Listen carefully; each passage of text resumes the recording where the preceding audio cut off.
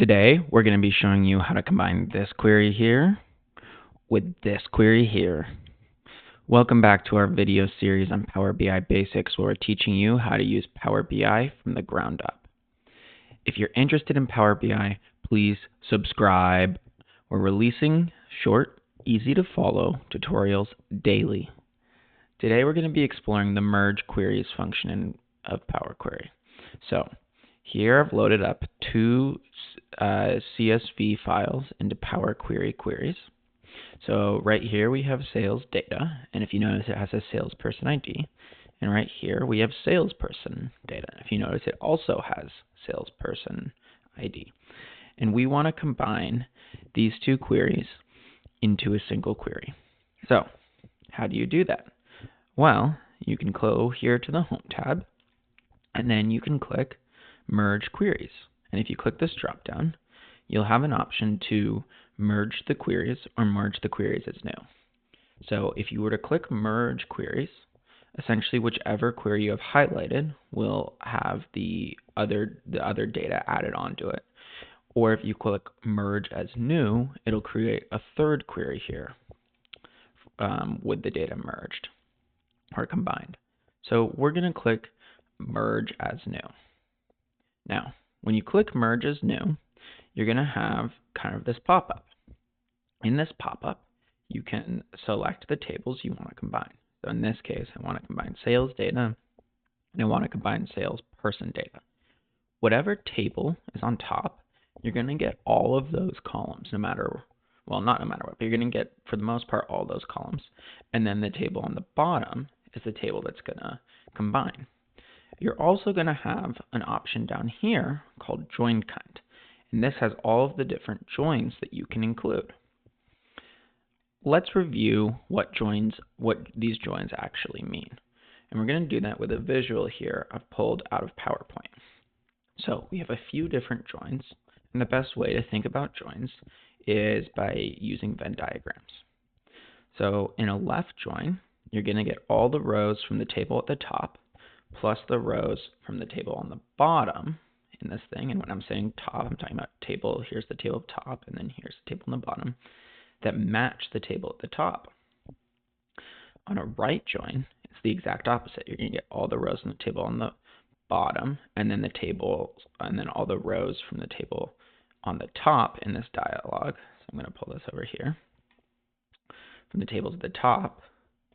So in this case, the sales data table where it matches. A full outer join, I'm going to get all the rows from both tables. An inner join, I'm only going to get the rows where both tables match. And then in an anti-join, I'm only going to get the rows, or left anti-join, I'm going to get the rows from the top table where there is no match, and then the same is true of a right anti-join.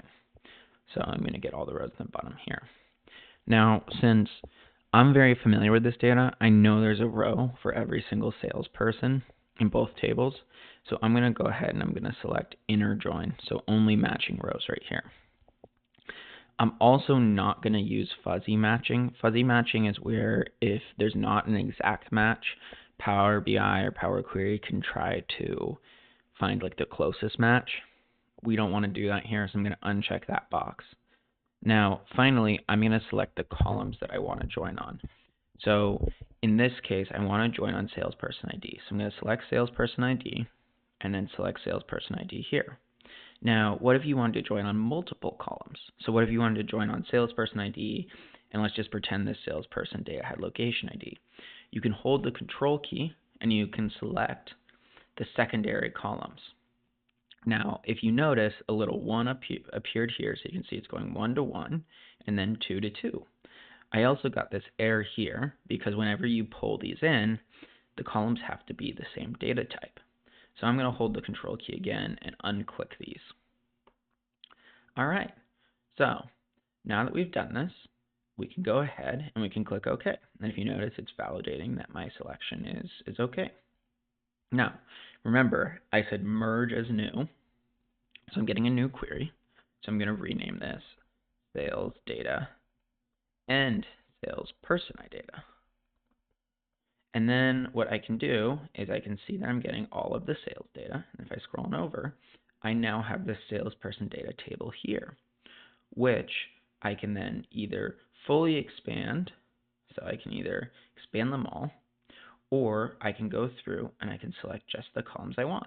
So I already have salesperson ID in this query from the sales data, so I don't want that, but I want the first name and the last name. So now I'll go ahead and click OK. And you'll see here, it went through and expanded these.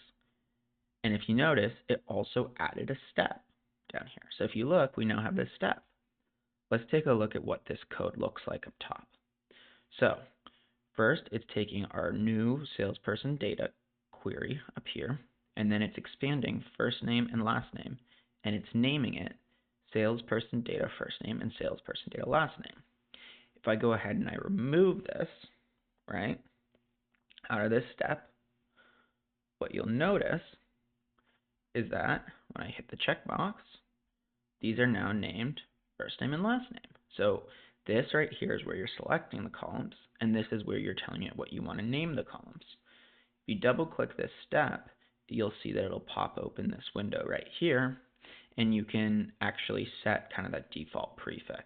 So as well as select more columns to expire. And by the default prefix, I mean, like if I select salesperson ID, you'll see it's prefixing it with the table it came from, right? We don't really want that. We'll call this salesperson ID from table. And you can see right here, here's that applied step. Now, I probably, once I've merged a query, and especially if I've merged a query as new, I don't want to bring the extra data back into my data model. So for those queries that I don't want to bring in, I can now right click and then uncheck enable and load, and you'll see they'll become italicized. So that what that means is that when I click close and a load and I load this data into my Power BI data model, or if you're in Excel, your Excel data model, I'll only load the one table. And that's how you merge queries in Power Query. If you're interested in learning more about Power BI, please subscribe. We're currently releasing a new video tutorial on Power BI every day, and we would be happy to have you along for the journey.